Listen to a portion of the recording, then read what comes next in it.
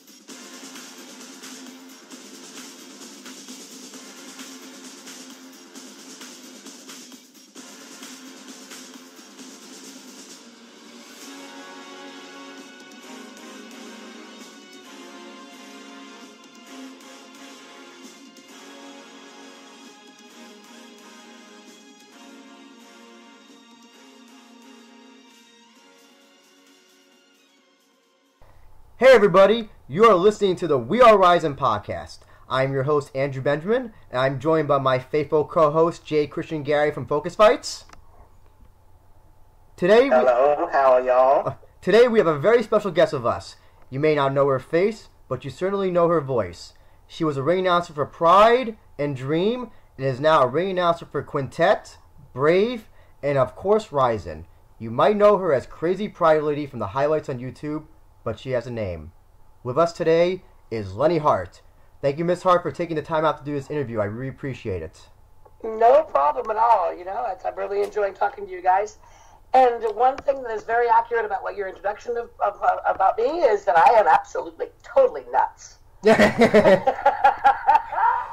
Well, let's start with that. How did you get involved in the crazy world of MMA ring announcing? Tell us your beginnings with that. Well, I think being crazy helped. And the reason why I say that is because 2 days before the Pride Grand Prix in 2000, which was the first Pride I ever did, I got a phone call from one of my agents. At the time, I worked for several different small agents around Tokyo as a voice actress. I got a call from one of my agents, and she said, 2 days from now, there is, and this is what she said, a boxing event being held at my brain just did a brain fart. Tokyo Dome. There it is. Tokyo Dome. Yeah, Tokyo. And are you free? And what they want is someone who can speak Japanese and English, and who is not going to get nervous in front of 50,000 people, which is approximately what the Tokyo Dome holds. And I said, yeah, well, let me get back to you. I didn't have anything on. I said, well, yeah, I'm free, but I know nothing about boxing. And she said, that's okay. They don't need you to know anything about it. I said, well, as long as they're fine with that, then I think I could do this and do it well. Yes, I'm free. That was the beginning. And that was very serendipitous because when I arrived there that day and was introduced to all the people on the floor, all really cool people. They were very nice, very welcoming. And I was replacing a girl who was going to be taking a holiday. And they enjoyed what I did well enough that they actually made me a permanent member of the team rather than just a temporary fill-in. So it was very serendipitous. And you have to be crazy, right, to just say, yeah, sure, why not? So my craziness helped. Yeah. But Miss Hardt, I know that you started off when it came down to combat sports rather a bit auspicious. I know that you started off in the world of voice acting. I know that you started off doing a lot of different advertisements for a lot of different firms. But what was probably the most weirdest thing to come out the world of voice acting in order to, get involved in this little crazy world we call I'm assuming you're going in and out a little bit. I'm assuming this is a question from Christian, and I'm just going to keep talking because we do have a bit of a delay here. I think what you're asking is, what did I do previously to being asked to do this job that helped me get this job? And I believe it may have been my adventurous spirit, which I wasn't being, facetious when I said it was because I was crazy. And I mean crazy in the best sense. You have to just keep an open mind, and you have to just try everything. Had I just said, look, I have no experience, it was important for me to tell these people that I had no experience in boxing because I didn't want them to assume that I knew what I was doing. As long as they understood that I'm a novice, I know nothing about boxing, I think that they liked that about my response. But in my interaction with them, I made it clear, look, I'm going to learn as I go along, but I will do my best at whatever I do. I don't think I did anything specific prior to being asked to do this job, other than my willingness to do my best, despite maybe being thrown into a situation that I don't know. I'm a sink or swim person. Throw me in the water, and I'm going to swim. I probably am not going to sink. And I think that was one of the reasons why my agent recommended me. She knew that I could handle the situation, even though I was unfamiliar with the detail. I suppose would answer your question. So my next question for you, Lenny, is the process. And this is Andrew. Yep, this is Andrew. I'm always interested in the process that artists and just people who do their process. And one of the things I've noted, what is your process when you go in to announce an event? Like, what do you go in mentally? What do you do physically? Can you just talk a little bit about that? For live events, actually, I avoid processes. And there's a good reason for that. Sometimes if you over-prepare something, you expect it to go a certain way. If it doesn't go the way that you prepared for, you actually wind up confusing the issue so much that you can't do what you're meant to be doing. If I were doing a play or a scripted narration, I will look at it beforehand. If you look at it too much, you lose that sort of live, off-the-cuff feeling. So I try not to look at it too much, but I try to make sure that I go in with enough information and understanding of the script. When you do a live event, you have to familiarize yourself with what you're supposed to be doing. Clearly, if you're calling the, like how many rounds there are, or how many minutes until the end of a round, or whatever. I do so many different events. There are different rules for different events I do. If I'm doing a K1 event, it's going to be different from an MMA event, which will again be different from mixed events, events that feature different disciplines. So there is such thing as over-preparing. I prepare as much as I think is appropriate for any live event. And you have to be able to deal with the off-the-cuff, unexpected stuff that happens. In order to do that, you cannot really, I think, in my opinion, for what I do, what works for me, is not to over-prepare. Just to be ready for anything. Or, in your case, announcers try and do this, they try and make themselves feel excited. You are naturally excited for these events, if I'm not mistaken. You're not mistaken. Yeah, I think there's a bit of sense. Okay, I guess, interesting. Okay, for me, and the advice that I give young announcers as they start out, it's really not about you. I mean, obviously, what you want to do is you want to be able to walk away proud of the work you've done. But you don't want to walk away saying, everybody listened to me and everyone looked at me. That's not the point. When you're an announcer, and this is different from other forms of work, and I don't mean to make myself sound magnanimous and altruistic and all of that. When I'm doing a live athletic event, the stars are the athletes.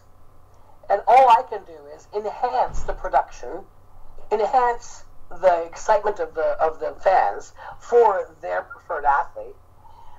So I try to always be as excited as they are. It's sort of a combination of an MC and a cheerleader, I think, for what I do with mixed martial arts. Oh. So I naturally feel excited. Yeah, I don't have to pump myself up for that. Actually, I wanted to. Oh, sorry, question. I just wanted to ask, kind of like go off that. And one of the things I'm amazed is how, for every person who comes out, every fighter comes out, you give a different introduction, a different intonation, a different tone. Sometimes you even match the style of their music. Or you reference something like with Shinju Auclair, that's my baby, what her mother says whenever Shinju wins a fight. How do you go about doing that and thinking about, okay, someone like Crow Cop should get this type of introduction, or Anderson Silva gets this type of introduction? How do you go about that? Does it just come naturally, or do you think about it beforehand? Well, obviously, clearly, I run it through my mini edit system. I mean, I have lots of ideas that might come up. They're not intellectual. They're what Japanese call kimochi, or feeling, or, their instinct. Things will pop into my head. It's not like, how can I make this call different? How can I make this call more interesting? How can I sound more cool? I don't think any of that. But I do think, when the Shinju Claret one, I just thought it was so cute that her mom was saying that. It was so clearly a thing. If I were, as an audience member, that's, just watching it, that stood out. I had not heard that before. I saw it for the first time when everyone else saw it. I added it to her introduction because, kind of, how could you not? It was my gut reaction, my gut instinct. So I don't really intellectualize, individual introductions. A very good example of this, and one that I mentioned in an interview a couple of months ago that I realized people may not even have known it was. Actually, I found out later on people didn't know it was me doing it. Was Juan Gracie. I think the second or third time he did RIZIN. Either the second or last time he did RIZIN, I should say, because he only did it 3 times. He came out with an introduction of this Aboriginal music that played on didgeridoo. And it was so, I can't think of English, in Japanese, shibui. It was so sort of dark and serious. And yet, the crowd was relatively excited because he was a Gracie.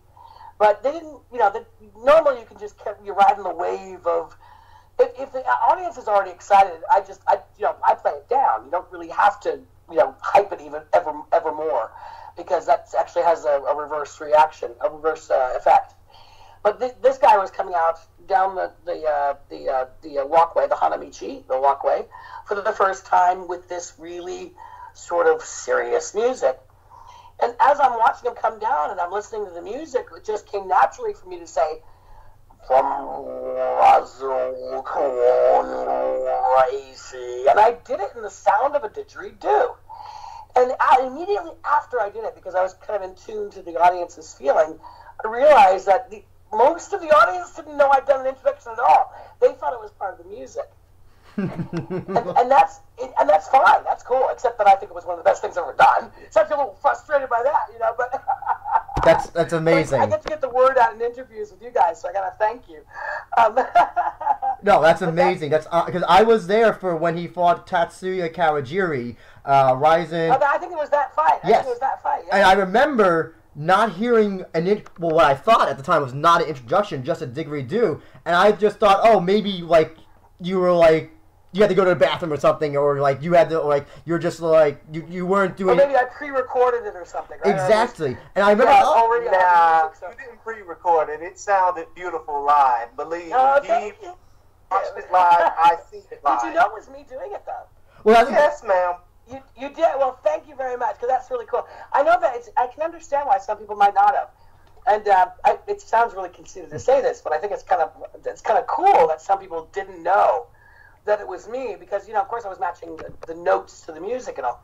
But the point of that story is that you asked me a question about do I prepare? And no, I don't intellectualize it. No, I do prepare. I don't I'm not irresponsible.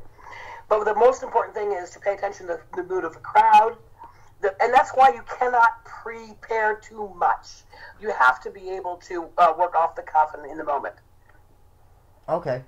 I hope that. That exactly answers the question. That exactly answers the question. And please accept my apology if I'm interrupting you guys. I don't want to sound like someone who's not listening. Not at all. That we are getting a bit of a delay. Yeah, not at all. Not at all. It's okay, ma'am. Okay, thank you. Christian, you had a question? To be honest, I know this might sound a little off the cuff, probably because of the delay, but what are your thoughts? I don't want to try and sound negative or anything, but what are your thoughts about other announcers trying to, not just copy your style, but trying to, imitate you, knowing that they're probably never going to be as innovative as you? I have no problem with people who are influenced by me, and I have several announcers around the world, female announcers. It's interesting because it's only the female announcers who contact me and say, "You've influenced me. Can you give me advice?" The guys never do, but I do know that I have influenced some male announcers as well, and they're fans of mine, but they don't actually say, like they don't write to me and say, "Can you give me advice?" But I've got 3 or 4 around the world, actually most of them in Brazil, who contact me directly saying, "Look, you've been a big and huge influence on me, and what advice can you give me?" And all I can say is, well, we cannot help but be influenced by what we've heard before. I mean, that's what spurs innovation, really, is being inspired, right? And but if you're copying, if you're copying only, like not doing your own thing, I don't have a lot of respect for you. If you're copying, if an organization copies my style and doesn't even let the audience know that it's not even really me anymore, I don't really get that. I don't get that at all, because if I were to produce their shows, I would recommend to them that they do something completely new. Don't try and copy. That just a copy. I mean, think about it. It's a faded, lesser version of something that's already existed. Do your own thing. Make something new. Take a chance.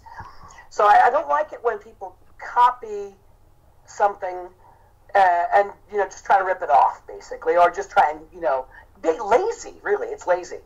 But if someone is influenced by me, and even if they sound like me, and they recognize that they're maybe they're going through an early version of themselves by channeling me, that's cool, that's great, that's a compliment.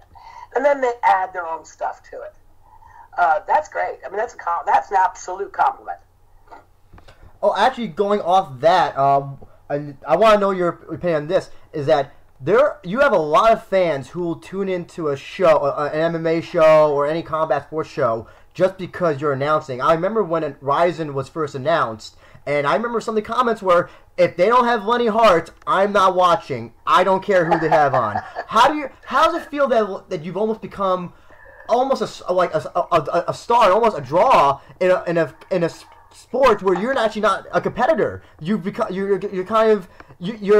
present, but also you're not one of the star attractions. Can you talk about like that and how you feel that like people will tune in just because you're announcing?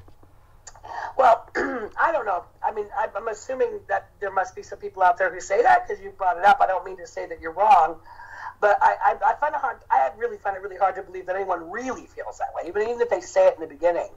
If an event is well produced and well presented, and the athletes are doing their the best, I mean, really, it doesn't matter. I'm the cherry on the top of the sundae. I don't need to be there at all. None of us does. None of us announcers does, right? None of us needs to be there. If that you say that some people like it, if it's not Lenne Hardt, I don't want to listen. Of course, that makes me feel wonderful. You want to do your best job, and you want people to know you're doing your best, and you want people to like what you're doing. So when I get that kind of feedback, it makes me feel fantastic. But I am not an integral part of these events.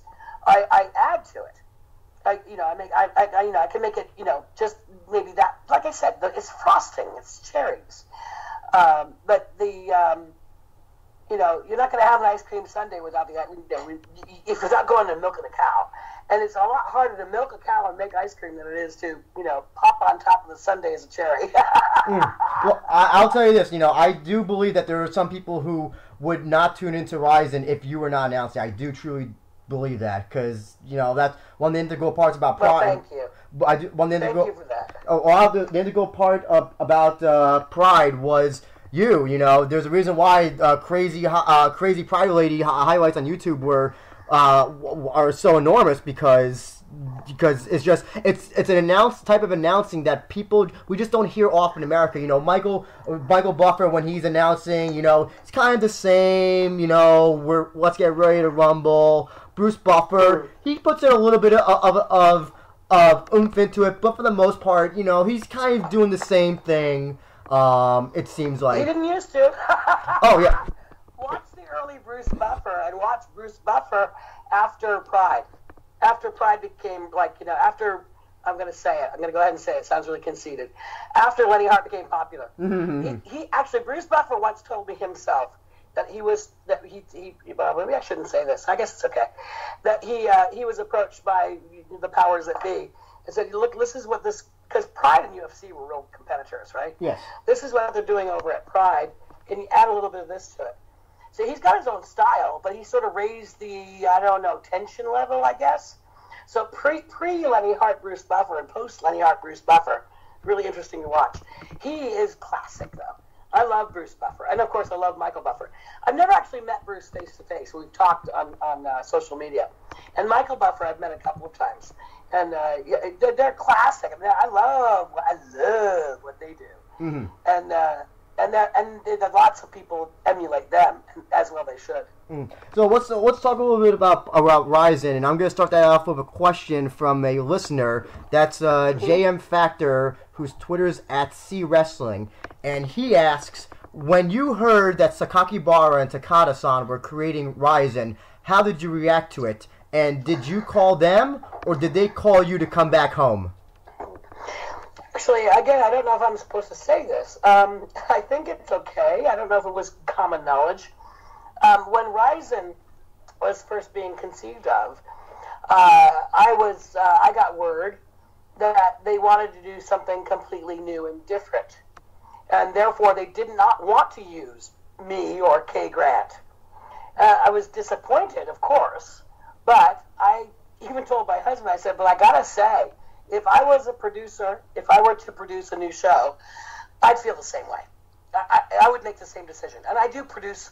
I used to be an event producer, and I still direct events. And, I would do the same thing. But apparently, they did not use Kay Grant in the end.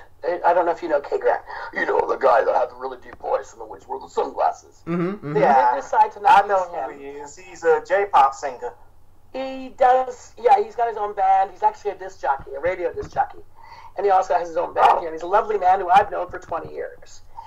And I felt bad for him that they wound up not using him. They used him only for the very first RIZIN, where we did sort of a goodbye to Pride, beginning to RIZIN, that very first event, which we all did together. And then even at that point, my position there was tenable. We didn't know. They didn't know whether they could continue to use me.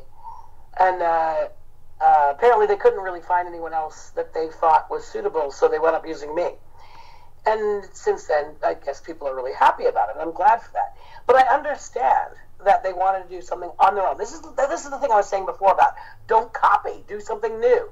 You know, this is a problem right now, I think, is that no one's really thinking about all these new, events or these new organizations that are doing their thing. They're not doing their thing. They're not trying to do anything new. But one of the main reasons why Pride was so good is because Pride did something new. And RIZIN is doing really well because RIZIN changed a bit. Doing mixed things, doing some things that are clearly pro wrestling style, right? And like proper Thai boxing, with the music in between the rounds and all that. Mixing it up a bit is a variation on the theme. But, it's okay because these are the same people that did Pride. So do Pride, then do a variation on the theme, fine. But if you're a new organization opening up and you're just carbon copying what's already been done, and eventually that's going to shoot you in the foot. So I was not upset about not being considered in the beginning. Basically, they were like, no, we don't want to use Lenne Hardt. We don't want to use Kay Grant. We want something new and innovative and different. I respect that immensely. I'm curious to know as well, do you have a favorite fight that you've seen in your for as long as you've been doing announcing? Is there a fight that you would say is your favorite? No. And I get this question a lot, no offense. But I remember one time, the first time I was asked this question, my gut response, I didn't even know where it came from. It's like, wow, that was my muse talking. But it was so accurate that I need to repeat it. It's like asking, what's your favorite sunset? So I know that sounds so contrite, right? But it was a sincere response the very first time I was asked this question, and it was so accurate that I have to repeat it. You get that. Not every sunset is gorgeous. Sometimes they're just everyday run-of-the-mill sunsets. But you see some absolutely amazing sunsets. But can you say this one was better than that? I've seen lots of great fights, and some stand out. And I right now off the cuff, I could, can't really think of that many. One of them would be Takayama and Don Fry. Yes. And almost any fight with Mino Aman. Mino Aman and Butters, Mino Aman and Giant Silva. I mean, there's so many that just showed such Bushido spirit. There are a few, but one, no, I couldn't do that. I understand. Really.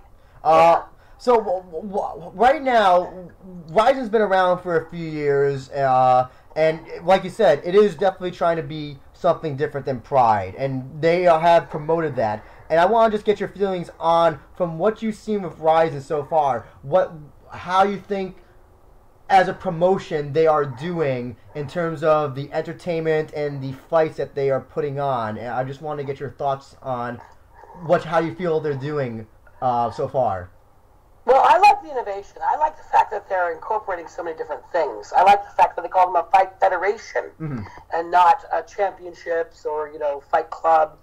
And I really, I mean, I'm not just being a corporate shill right now. I mean, I really like these things. I understand the response by some people I see of that. Well, that's not real.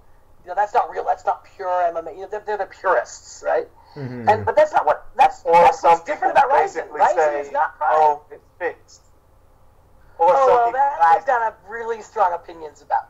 Look, if you're going to be doing the proper, there's a definition problem, I think, about the concept of pro wrestling. So in Japanese, pro wrestling, which is a separate thing from pro wrestling, and then in America you just have pro wrestle, right?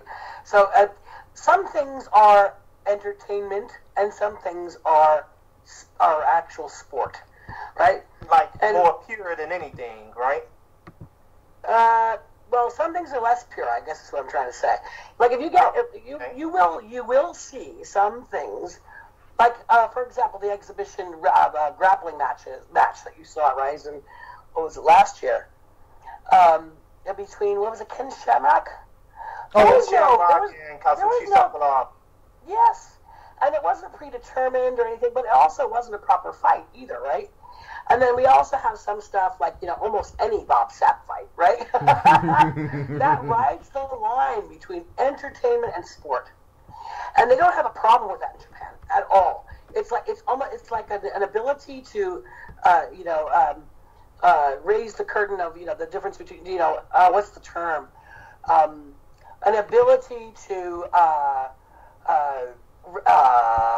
what's the term? Oh, jeez. Suspend disbelief. Yes, that's it. Thank you. Please edit my just now. It's okay, Lenny. We understand. Yeah, raise mess the up curtain of this. sometimes too. Thank you very much, mate. So a willingness to suspend. Yeah, what is the term? It's not suspend disbelief. It's something like that. But anyway, yeah.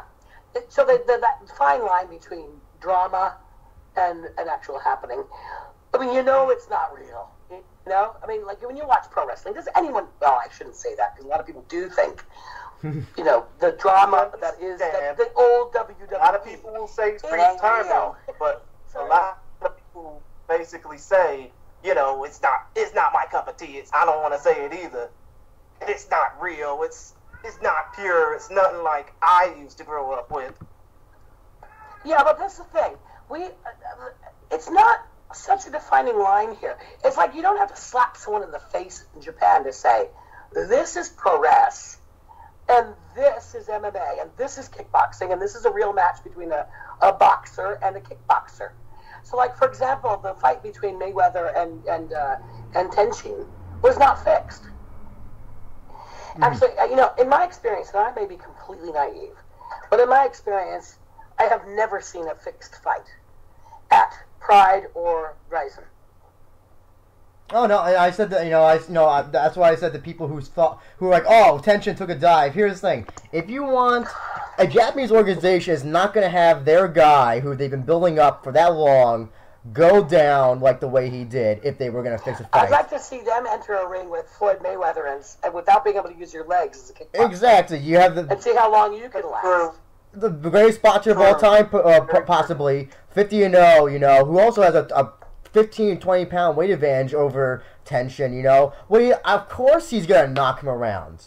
Absolutely. The other thing I'll say is, when I challenge anyone. If you're a professional actor or a professional boxer or a professional kickboxer or a professional pro wrestler, I challenge you to fool me into believing that you didn't do it on purpose. Because I can see it.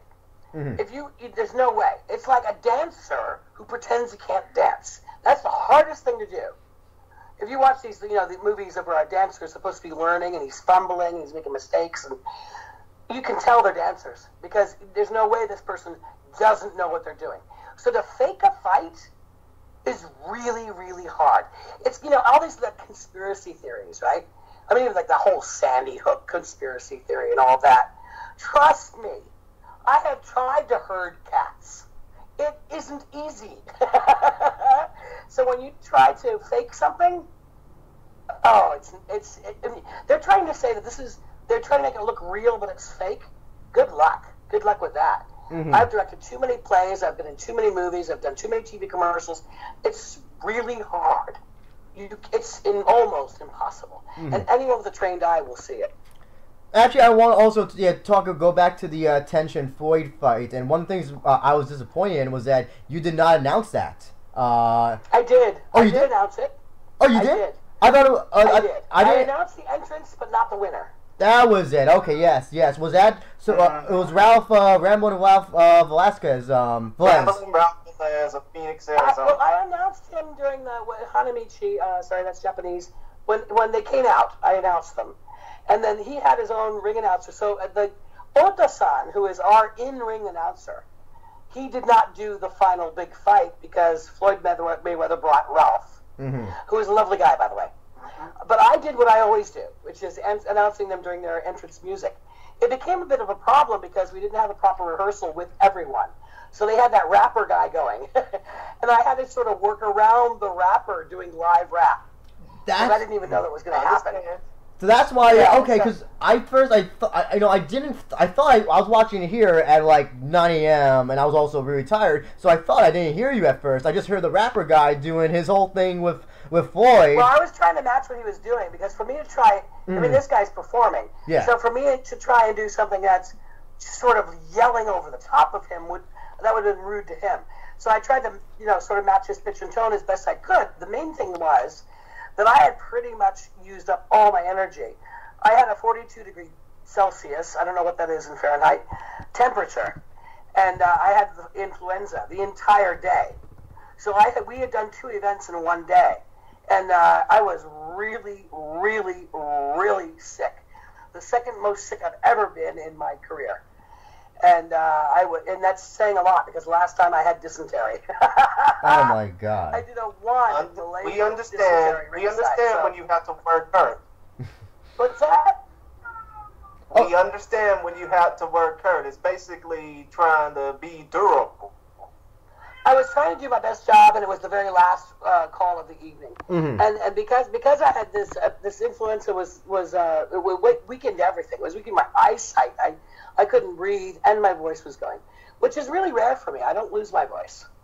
Actually, for anybody who wants to know the conversion, that is 107 degrees Fahrenheit for us Americans, and that is incredibly. That is above normal body temperature, and I've had a fever close to that. And trust me, it is not something you want to have, especially when you're supposed to be working and announcing an arena, announcing 12 different fights for 20, maybe like up to 20 people and all that. So yeah, that was not 12 fights because we did what is it? I don't remember now. I think it was 16. 16, yeah, for the yeah. earlier event. Yeah, yes. Oh, yes. 16 or 17. So I went all the way through. So you did. And the thing is, that the medics were there. They were ready to make sure that I didn't overdo it because, I can't leave the team. I was not well at all. I really, if there was someone there that could have replaced me, I would have said I need to do the right thing and let someone who's in better condition do what I do. let them take over because Like I can't do this stuff. Or There was no one there that could replace me. It wasn't like I wouldn't have ruined the event. I would have said it wouldn't have been my pride. I was beyond that. It was like I could not walk away, but in all the best circumstances, I should have. You know what I mean? But there's no one else there. Mm-hmm. So, because I couldn't really do justice. I did a bad job for the whole show. I mean, the opening, it was nothing like I normally do. The only thing I was thinking about was, oh, shit. Oh, sorry, I hope that's okay. Oh, shoot. It's okay. I hope people don't think, this is just the new Lenny. This is, I was really ill. And, of course, I wasn't going to say that on the mic either. That just detracts from the show. So all I could do was do my best. Mm-hmm. And hope for the best. And I just barely made it to that last intro, to the point where I had to leave the arena. I didn't watch that fight live, ringside. I got the best seats in the house. I rushed out and had to just go and sort of collapse in the dressing room. I watched it on the monitor. Well, actually, it's funny you bring that up, because actually we got another question, again from JM Factor at C Wrestling on Twitter, and he asked, it sounds like you kind of answered, but in case if you didn't fully, I'm just going to ask it anyway. How did it feel to see Mayweather at a RIZIN ring last year? Well, how did it feel? Well, I don't know. Interesting question. I don't mean to sound dismissive toward this person's question.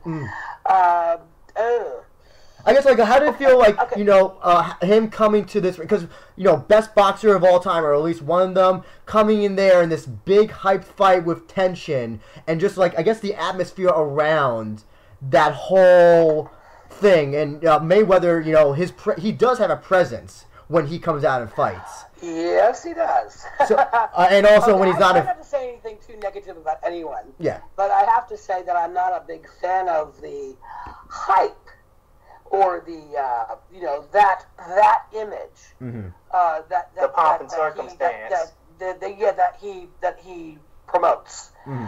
I did have I met him. No way he'll remember. I met him along with a lot of other people. He seemed nice enough, but that whole thing about his nickname is Money. It's part of his shtick. I don't like the shtick. I don't like anyone aspiring to that. Get paid well for what you do well, absolutely. But this whole money is that money.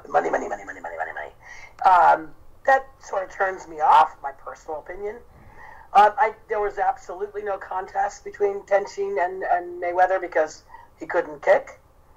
And the whole thing of, what? I didn't know anything about this. I mean, I don't know whether that was planned, even maybe by RIZIN, maybe to build the hype.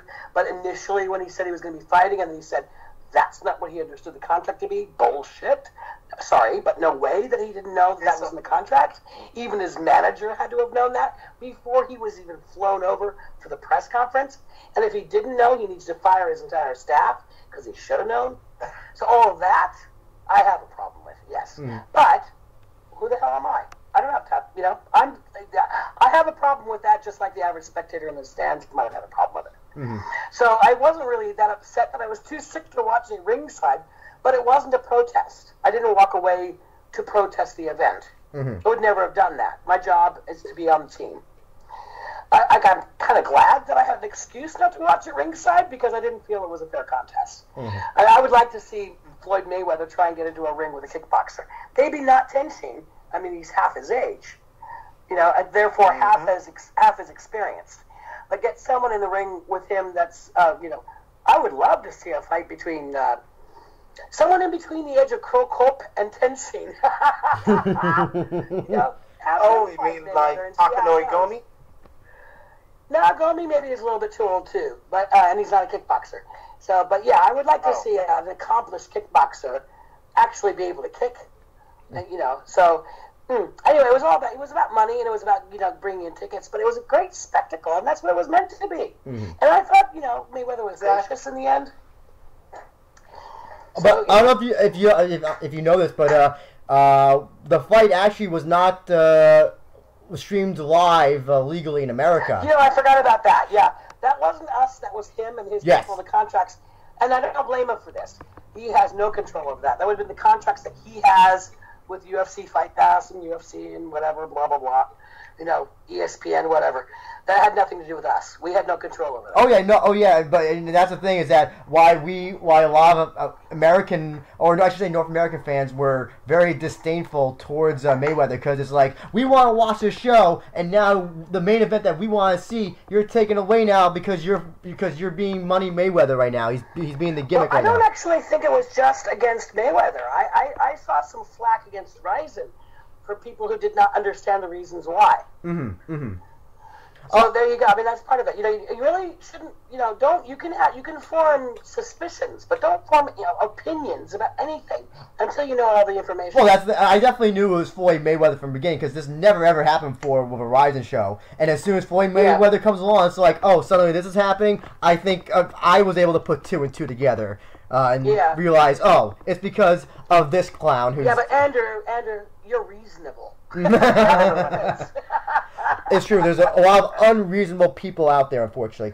Actually, speaking of Crow Cop, I wanted to just get your thoughts on his retirement. He retired a few months ago due to... about 2 months ago, right? Yeah, and I just wanted, you're very integral to, I think, to his career and how you announced him coming out to... oh my God, I'm forgetting the song right now. I'm having a brain fart right now. Bad Boys. Bad Boys. And yeah, just Wild Boys by Duran. Wild Boys. Yeah, Wild Boys. Sorry. And yeah, what are your thoughts? Sorry, of course, Wild Boys. Sorry about that. Yeah. Good catch. Wild Boys, and like, what are your thoughts about him retiring? And it seems like putting the end of his career. It's final. Well, obviously, I feel worried about him and bad. Well, I don't really feel bad for him. I actually feel good for him. I worry about his health, but I think it's good that he will retire on a high because of this. That's the good side. It's a double-edged sword, right? And obviously he's still in danger. I mean, his health is at risk even to this day because of what happened during the training session. Crow Cop is a wonderful guy. He's very, very serious, but very friendly and a lovely man. And I've known him for 20 years. And I was sad to know that I would never call him out for another event. I enjoyed doing it always. To Wild Boys. Thank you, Christian. But in a way, I think it's the best thing that could have happened to him, because the lure to just do that one more fight must be so strong. When he won the first time, when he won the what was it? It wasn't heavyweight. Oh, the open weight Grand Prix. Open weight Grand Prix. Thank you. When he won that, I thought, do the right thing, retire. And then because I thought, retire on a high, because I really like and respect the guy. And then he came back, but he won again. And I thought, that's going to be really hard. That's got to be like an addiction. That's really hard to break. So this situation broke that addiction in a way for him, so he could retire on a high. Mm-hmm. That's good, but I know that just because he's not in the ring fighting doesn't mean his health is not at risk, and that makes me worry for him. I actually was there at that show, and it seemed like he was retiring, just like the way he spoke, and it was just like, oh, you win the tournament, you got the big check, and you got the ring or whatever the prize they gave him, the belt, and I thought, oh, this is him saying he's gonna retire, and then no, he had 1 or 2 more fights after that, I think. Well, the lure is really, really, it must be very alluring. Mm-hmm. To your own, for your own sake. I mean, this is what you've done all your life. Why do you want to retire, right? Mm-hmm. You want to keep doing it. But then there's also the temptation. Mm-hmm. There's your own wanting to keep doing what you do. You know, who wants to admit that they need to retire? But then there's also all these voices saying, we'll pay you millions of dollars to get the ring just one more time, and they don't even care whether you win or not. It's going to be a very difficult decision. So I'm glad that decision was taken out of his hands. Mm-hmm. No, I am too. Actually, I also want to talk about some of your voice acting stuff. You've done a lot of voice acting for animes and TV video games, and I just want to know, like, what is it like dubbing over and doing voiceover work for animes and video games? Is it Well, different? they're both very different experiences. Yeah. For computer games, it's not a voiceover. It's just, it's we do it as an original, even if the Japanese has already been done. And we don't actually do that so much in Japan anymore.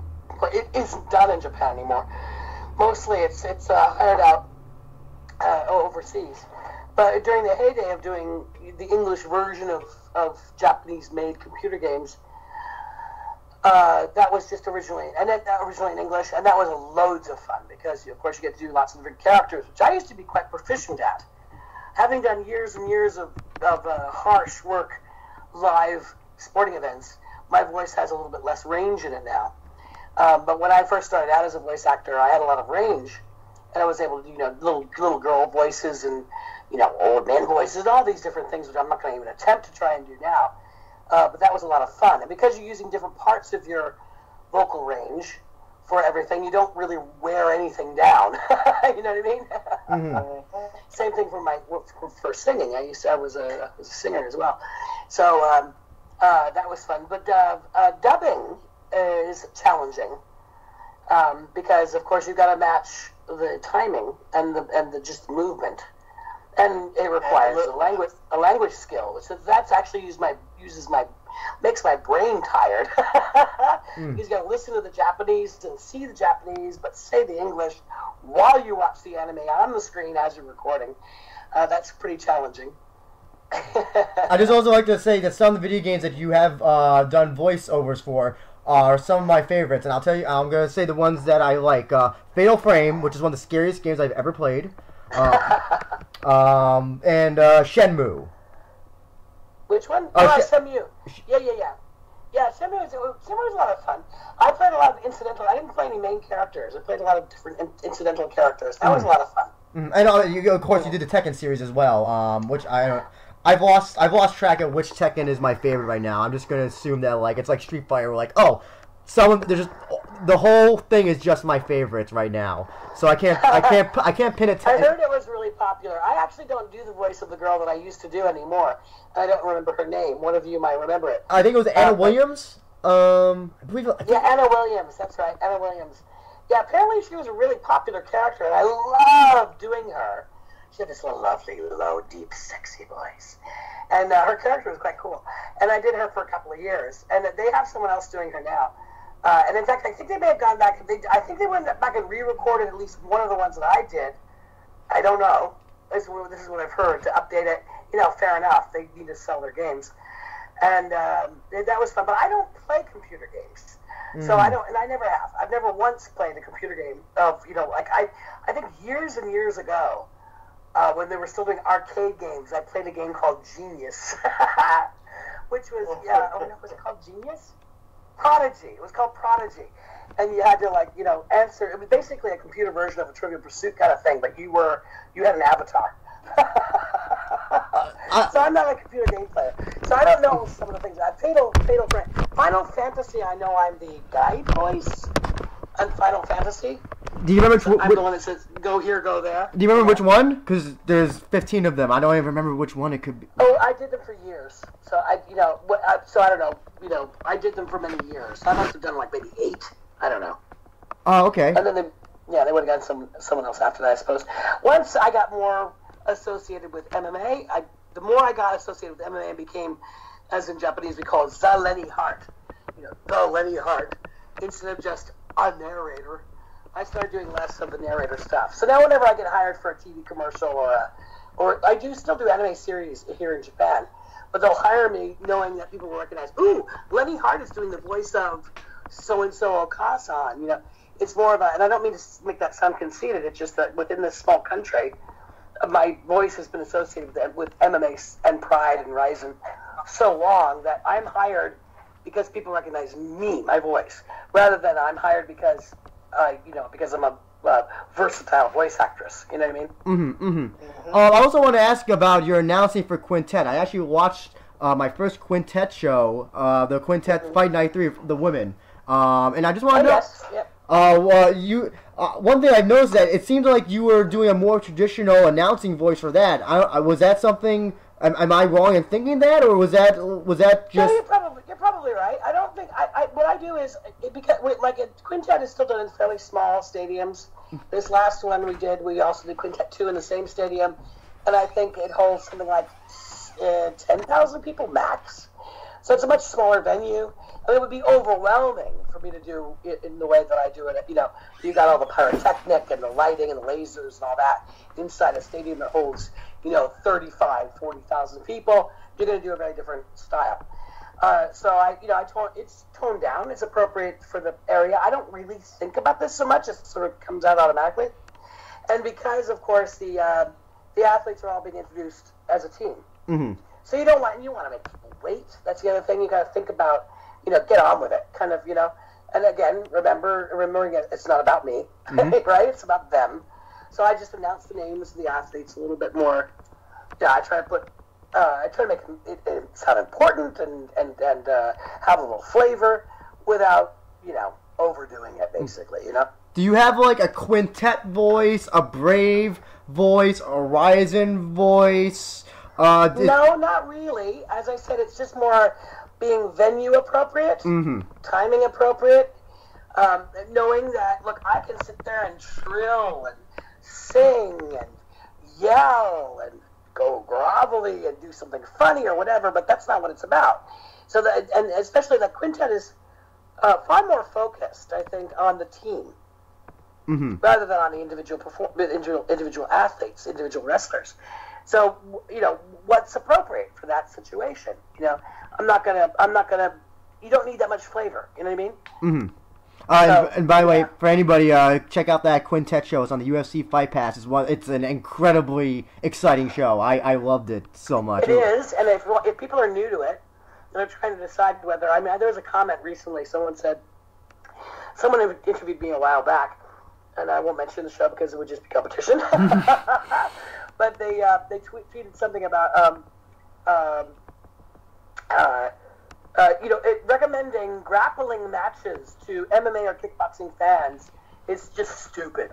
I mean, who's going to watch grappling if they're into MMA and K1? And I thought, what a ridiculous comment.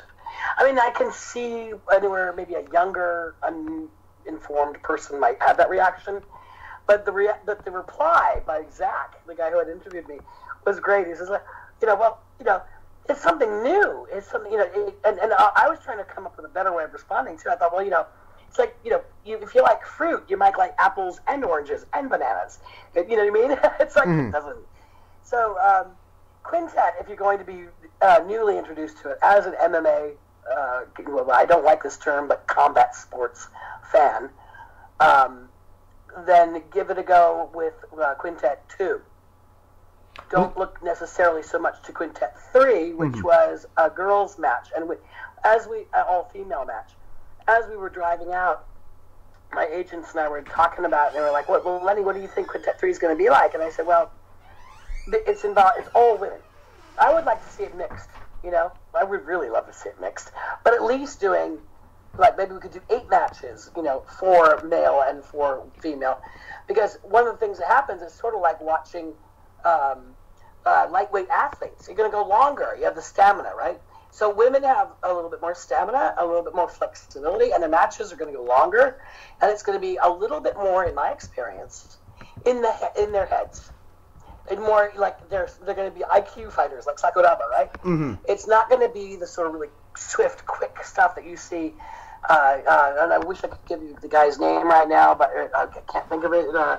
Rashid Hamid, or I can't think of his name.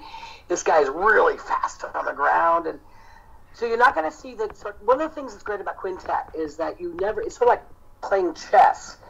Just toward the end, everything can turn around. Right when you think it's going your way, everything can turn around because of the rule set, mm-hmm. and because you never know who's going to be wrestling who.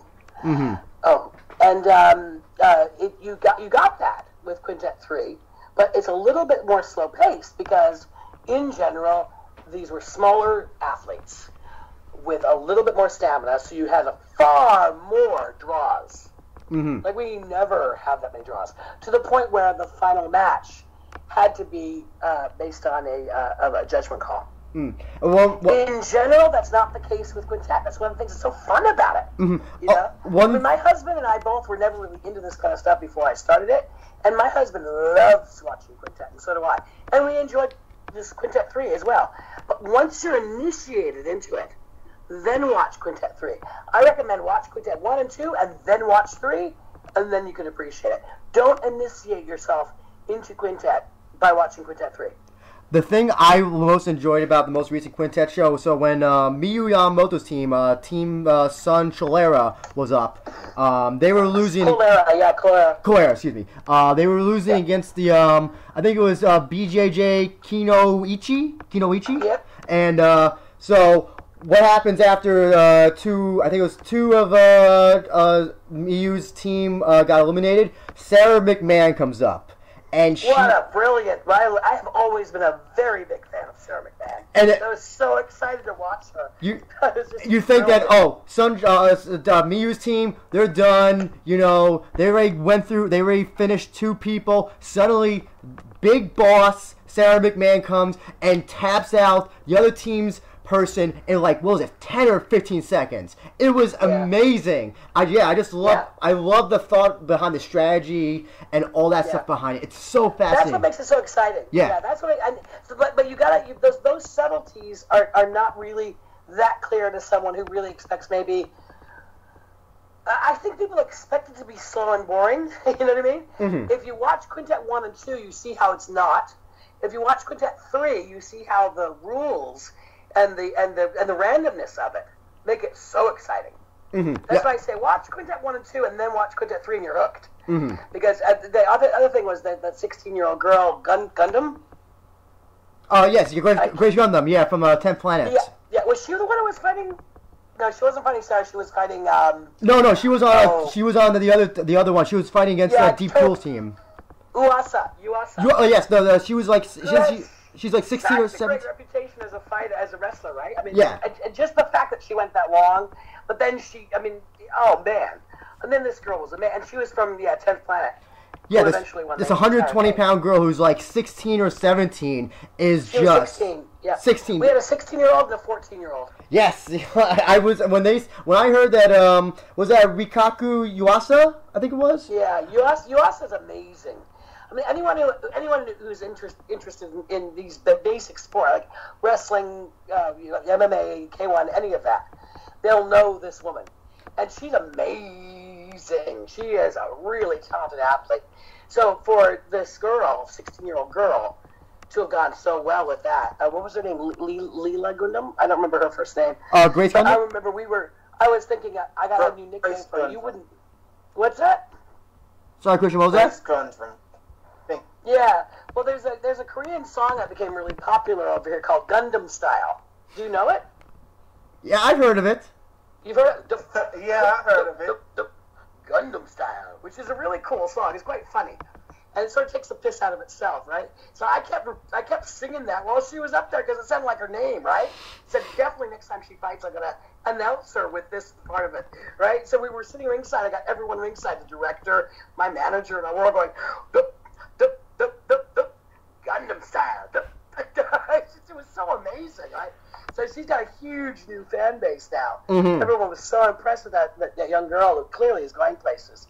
Mm-hmm. And of course, she's on Team 10th Planet, so she's got a good team to be working with. I'm just curious to know, do you do any training in boxing or kickboxing? Nope. You never. It's really funny. I'm going to turn 56 May 10th.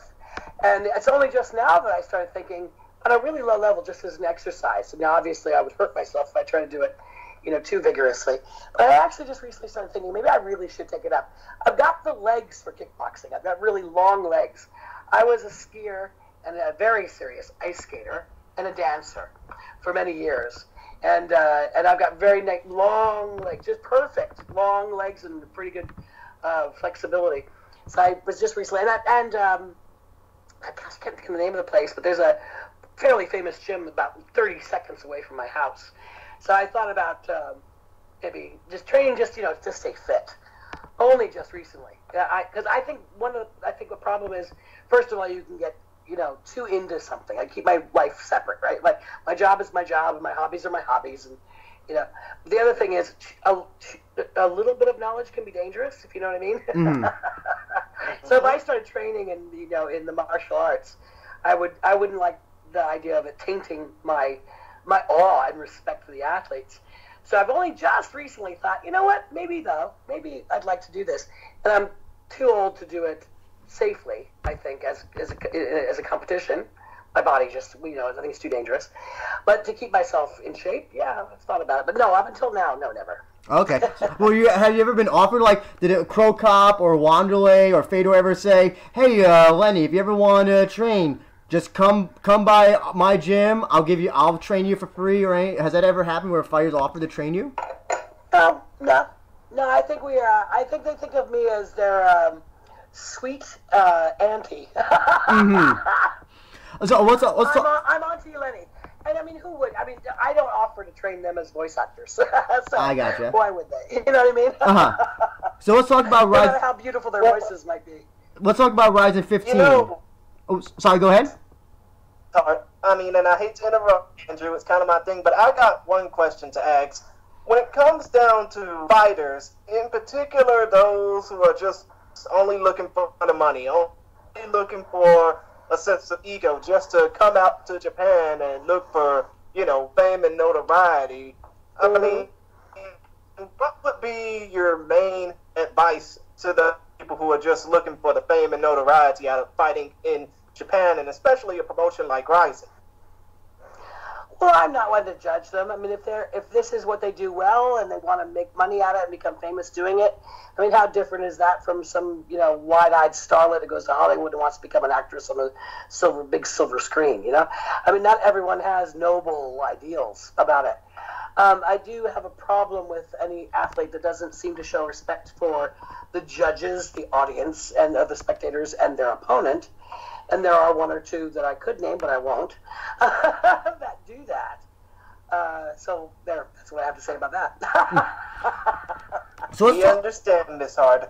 Let's talk about RIZIN 15. How much are you looking forward to doing the show in Yokohama Arena, Lenny? How do you? I work in Yokohama Arena for a variety of different events. I've done some J-pop events there and all. The arena itself is a great place.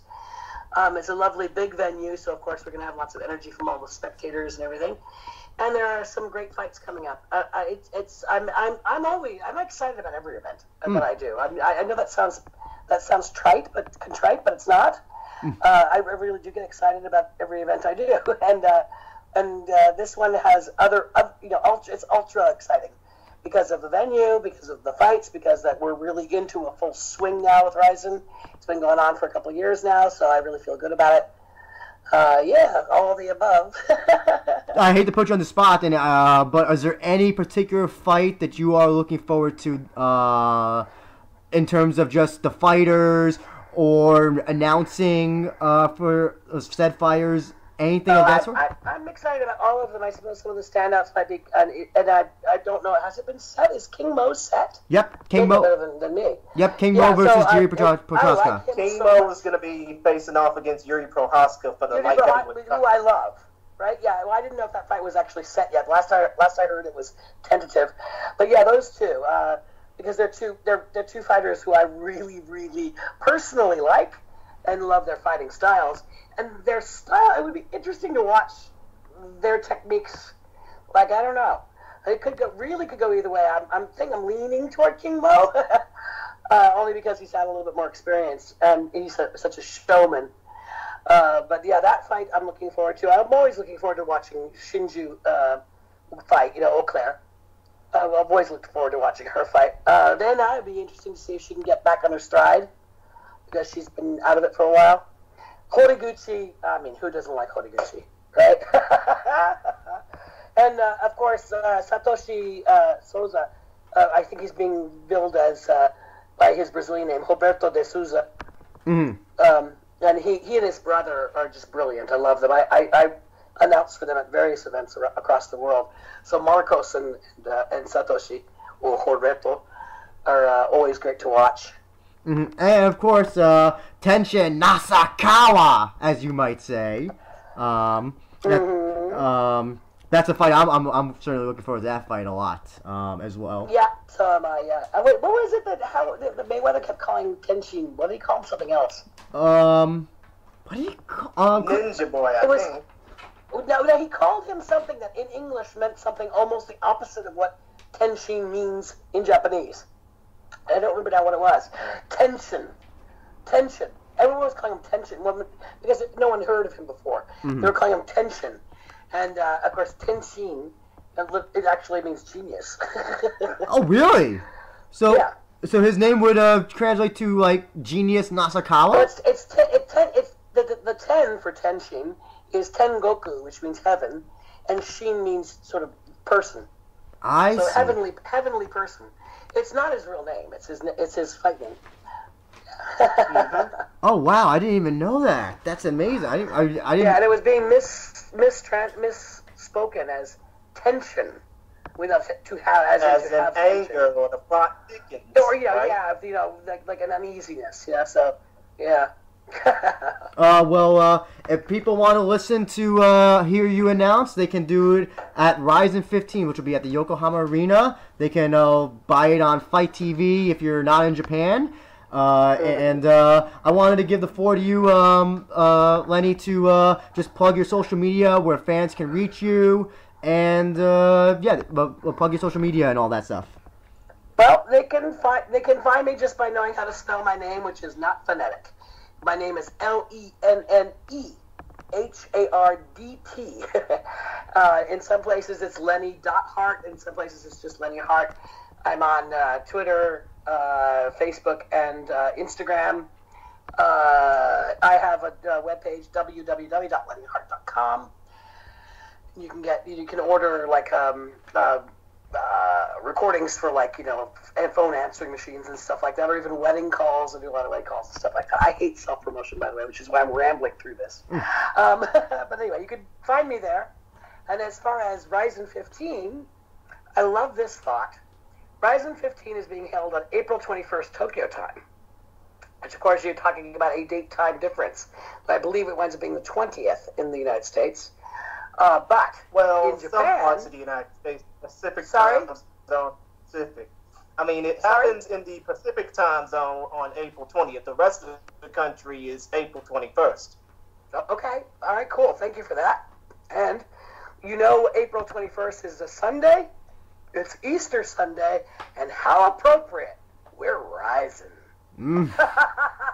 I almost slipped up. Because I'm always talking to fighters, and I was about to almost ask, plug your team and your sponsors and all that. So I'm glad that I didn't screw that up as I originally thought I was going to. But Ms. Hardt, I thank you so much for doing this interview. RIZIN 15, Yokohama Arena, April 21st for some, April 20th for others. For everybody outside Japan, you can order on Fight TV. And you'll be able to hear her beautiful announcing skills for all the fighters that will be fighting on that day. And Ms. Hardt, once again, thank you so much for doing this, and I hope we can talk to you again sometime. I look forward to it, and thank you, Andrew and Christian. It's great to have finally spoken to you after all these years. And I have one last thing to say.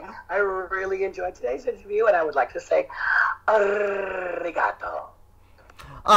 Arigato, what is it? I'm trying to remember. That was it, Doitashimashite, which I remembered it by learning, don't touch my mustache. I understand. But you're welcome, and you're always welcome to be on here anytime, Ms. Hardt. Well, I'd love to speak to you again sometime. Take care, guys. Great, thank you again. Bye-bye. Bye-bye.